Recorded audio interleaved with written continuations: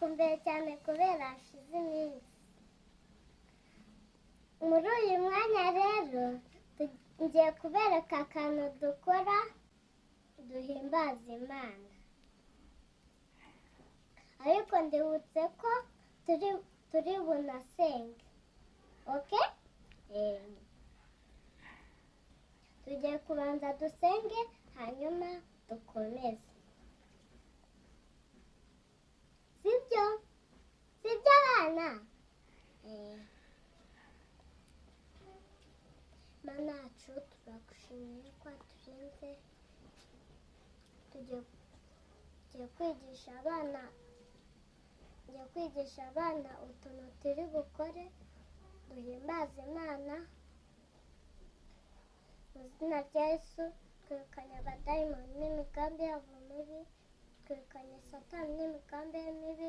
Mu izina rya Yesu Mana umfashe n'imbaraga mbashe kwigisha abana neza icyo turi bukore tunahimbaze Imana neza. Mu izina rya Yesu n'abana ubafashe bamenye icyo ndi bubigishe, nabo bamenye guhimbaza Imana.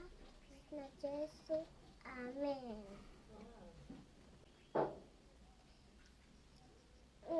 Mwakoze kumfasha gusenga.